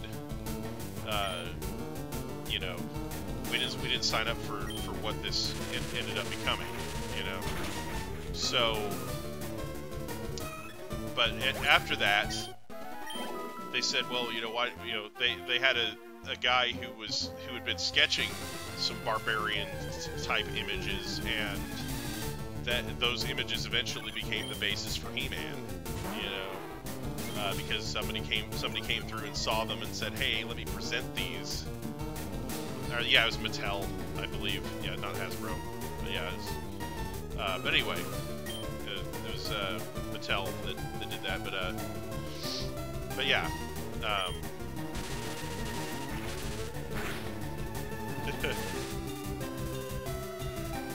You know, the original concept for He-Man was so wildly different from what ended up being the show. And the funny thing about the show is that the show was what ended up getting the show started was Filmation, the company that did the original animated series for He-Man. They did a commercial for the action figures, and so they had this little animated short. Molar attorney and dentist, yes. They had this little animated short of He-Man and Teela, yes, yeah. During the Secret of the Sword, when Skeletor calls Randor a royal boob, that is probably the best line in the whole thing. Skeletor calling King Randor! Skeletor calling King Randor! Come in, you royal boob! You know? But yeah. You know, and then She-Ra saunters out, and she's like, sorry, you might want to stop trying to contact the king. I've already saved the princess. Because she saved herself. But, yeah, yeah, the Christmas special. I am not nice. I am not kind, and I am not wonderful.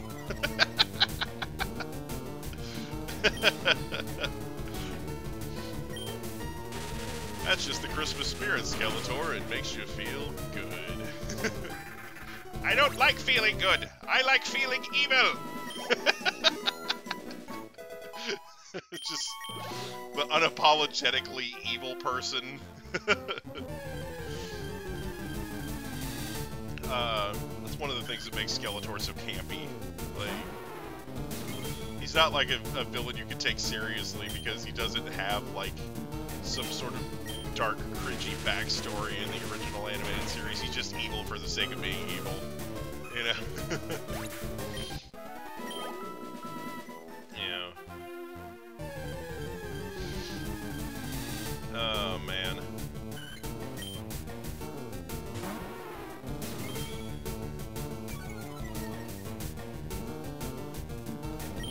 But yeah, in that documentary they talked about the right. In that documentary they talked about the live action movie, and it just made me upset. Like, because they talked about the creative processes that went into that live action movie, and it just, and I just got progressively angrier the more that I watched, you know?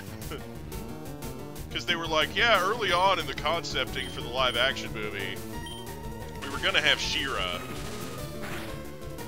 and then we decided, oh, we've already got Teela, and she's a strong female lead, so we don't need She-Ra, so they scrapped that idea, and I was like, you gotta be kidding me.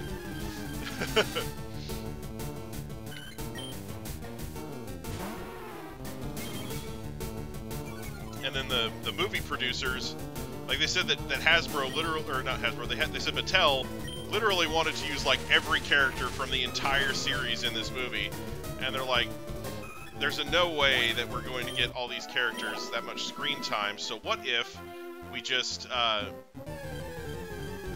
took the, they said, what if we just took the main villains and the main heroes and then added a whole bunch of new characters, and then you could make action figures based on those. And that worked, of course, because of course it did, because of course Mattel is going to go for the money for creating live action, for creating action figures.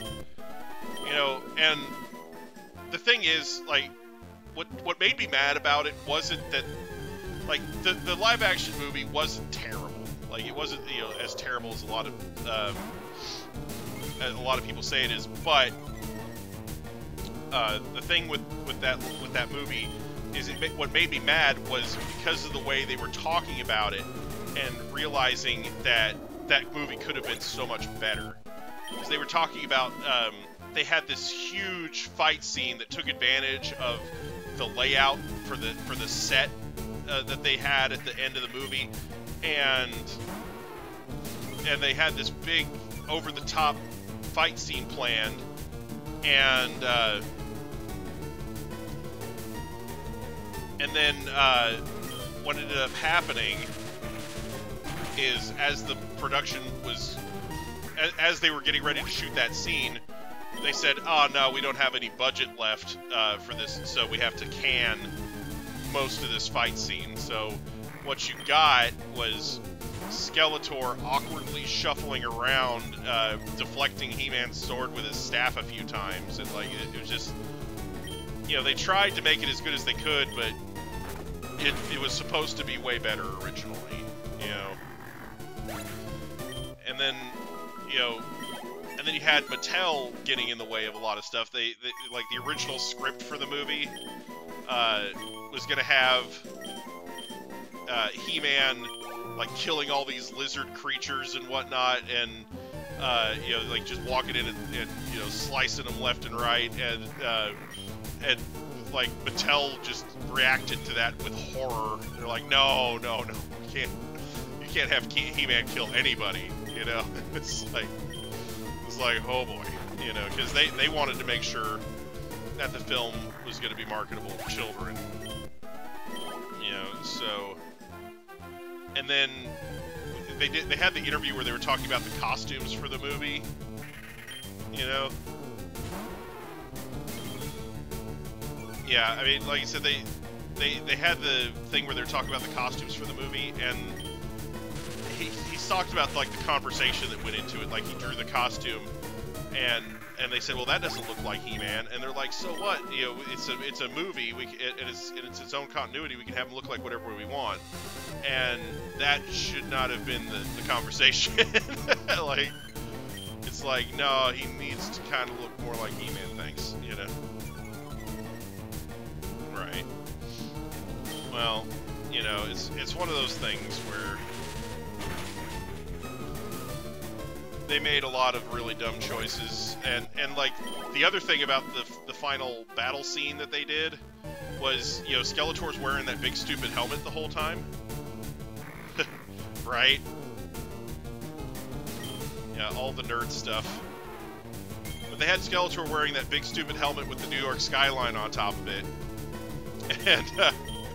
and so the guy who was doing the stunts, because it wasn't the actor who was doing that fight scene. It was you know, the stunt coordinator or whatever who was in the Skeletor makeup for that scene. Yeah, they did try way too hard to make it Star Wars. They totally did. And Star Wars was one of their key rivals at that point. Because they had actually, I think they had passed on the Star Wars toy line, and then another company picked it up and made, you know, a ton of money with it. Like I said, it's one of those things where it could have been way better than it was, is what I'm getting at. They, like, from watching all the interviews and whatnot, they clearly had some good ideas, but the execution was completely terrible, and yeah, Secret of the Sword was a fantastic movie, honestly.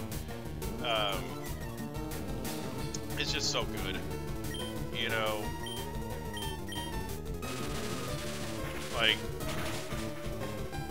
it's one of those things where you could tell it was a bunch of episodes sort of slapped together, you know, because of, you know, a couple of, mainly after the first half of the movie, like, you know, because the first half of the movie is like the first 3 episodes, where it's like, okay, yeah, this is how we get She-Ra involved. Yeah, the 2000 reboot that they did, yeah, the 2000 reboot that they did wasn't terrible, but they broke a lot of the rules on how to do a successful reboot. Well, that's the thing, they canned it because they weren't selling the toys that they thought they were going to. Mattel pulled the plug because it wasn't generating the toy sales they thought it would. And the issue there was, if you want those toy sales, then you have to appeal to the collectors, the people who watched it as children and now are grown up, as well as the little kids. And you're not going to do that with a He-Man figure that looks like a constipated Neanderthal trying to take a crud. You know, like... So, I think, honestly, what the biggest failure of that series was the toy line. Because, the story that they were putting together... Yeah, exactly. The figures were awful. You know, so collectors weren't buying them. And the way that they were shipping the toy line was off as well, because when they were shipping these things, they were shipping them with like 2 He-Mans and 2 Skeletors in a case, and then one of each of 2 other random characters from that wave.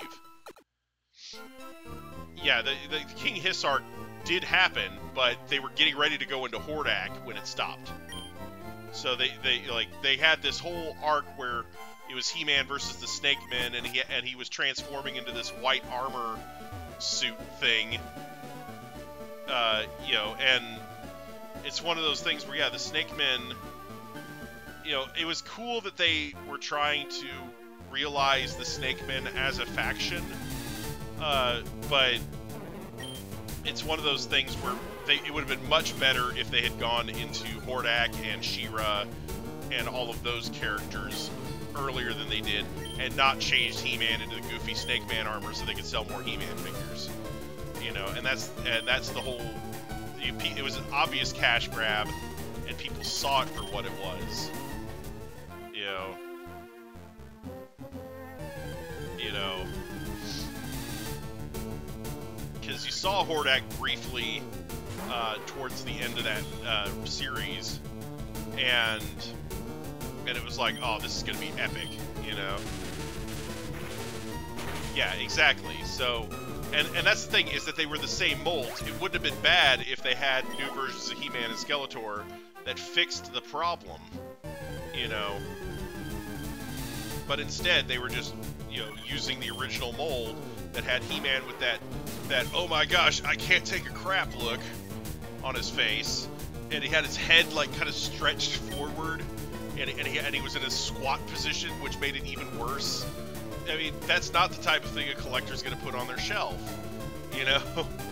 And, you know, if you had just given him a normal-looking face and the figure had decent articulation, collectors would be buying and posing those all freaking day. They had a toy line, yeah, you know, yeah, I mean, Hordak and Skeletor constantly at each other's throats was great. That was a great rivalry, and, you know, it really highlighted the way that He-Man and She-Ra worked together because of how poorly Hordak and Skeletor got along. You know. But yeah, family potatoes, thank you very much.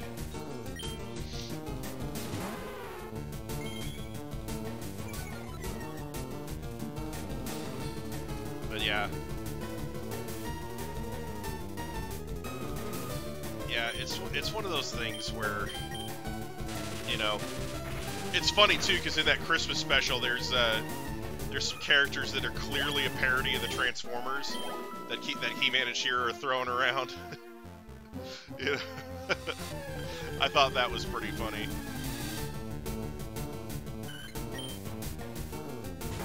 But yeah, it's one of those things where when Masters of the Universe originally came out as a toy line,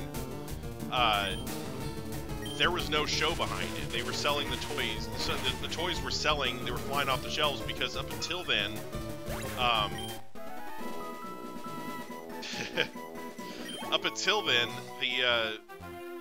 the toy industry was dominated by Ken doll looking guys, you know, like the original G.I. Joes were Ken doll looking things, you know? Yeah, I mean, that's the thing, is Transformers did have that going on, where they had, they still do, honestly, in their toy lines, where they'll make a toy, and then they'll make a slightly different colored version of it, maybe with a different head on it, and then that's a different guy, you know? Right?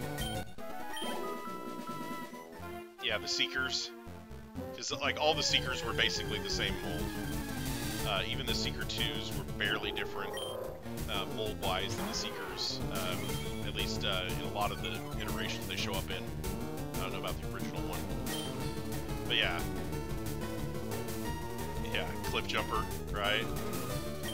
Just a slight color remold of Bumblebee.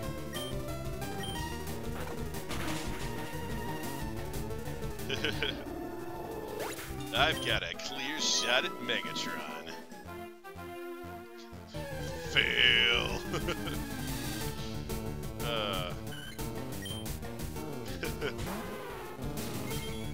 Hound Cliffjumper, I want you to find the Decepticons, but do not engage them, no matter how clear of a shot you have. Oh my god. Hey, you know what? I got a clear shot at Megatron. Yeah, Acid Storm, Stun Storm, all the different Seeker variants that have been around over the years. I was kind of disappointed that we didn't get, that we haven't gotten Combiner Wars Seeker Limbots yet. Because they did Starscream as a torso bot for Combiner, for Power of the Primes. So you can combine Starscream with a bunch of random bits to form King Starscream. But they don't have any of the other Seekers that you can use as Limbots yet. I'd love to see Skywarp and some of the other Seekers as Limbots, so you can do a Seeker Combiner.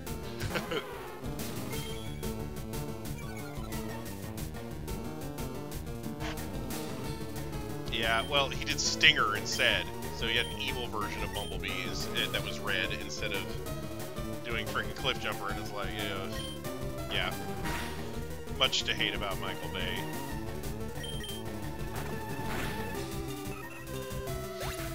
I hear that Bumblebee does turn into a slug bug, at least briefly, in the new Bumblebee movie, which I'm super excited about.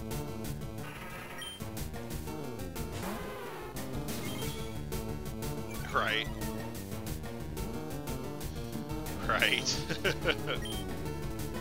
then you got Thundercracker. So, yeah. The Seekers make it rain.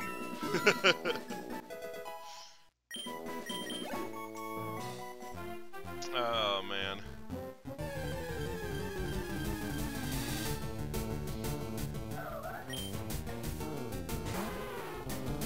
But yeah. You know, when Transformers Generations, when that toy line was out, I picked up a lot of the Seekers, but I didn't get all of them. I got Thrust and Dirge and Thundercracker, I think is what it was. But I don't know if they ever did a Ramjet figure. Yeah, well, I don't necessarily mind it being rebooted, especially if Michael Bay is nowhere near it. You know? So, that could be a good thing. They should just get whoever did Transformers Prime to do Transformers movies. That'd be great. Oh my god, again? You gotta be kidding.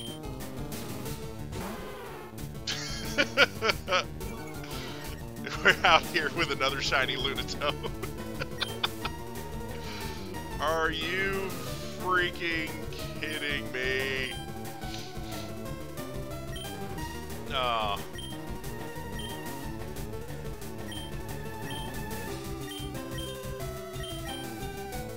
Well, we know how to weaken this. Twice in a blue moon, apparently. This is the second shiny Lunatone I've come across this stream. This will be a good way to end things off, I think.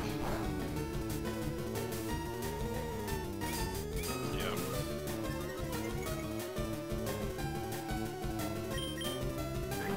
Lunatone. Yeah, Lunatone is here.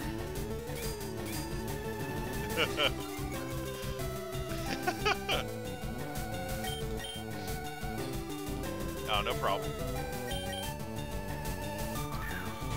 We're just talking about some Transformers and He-Man and everything but what's going on screen.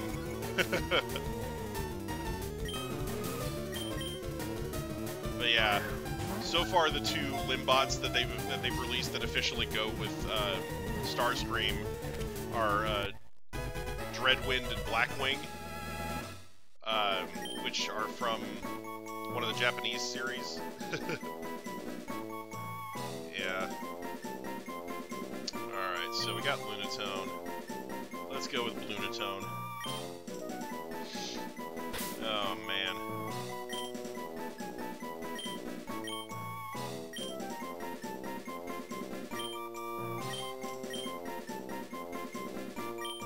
There we go, Lunatone.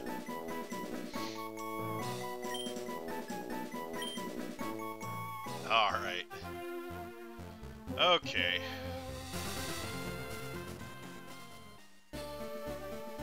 Alright, well that's probably as good a spot as any to end things up.